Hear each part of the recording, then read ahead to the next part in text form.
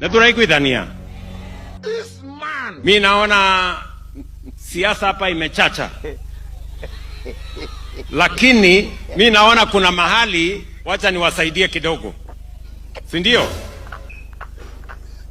Kuna uchaguzi imetangazwa ya Januari. Na mimi naona pengine imewachanganya kidogo. Uchaguzi ya Januari si ya gavana, ni ya chama ya UDA. So tulizeni boli kidogo, baada ya gavana itakuja baadaye. Si ndio?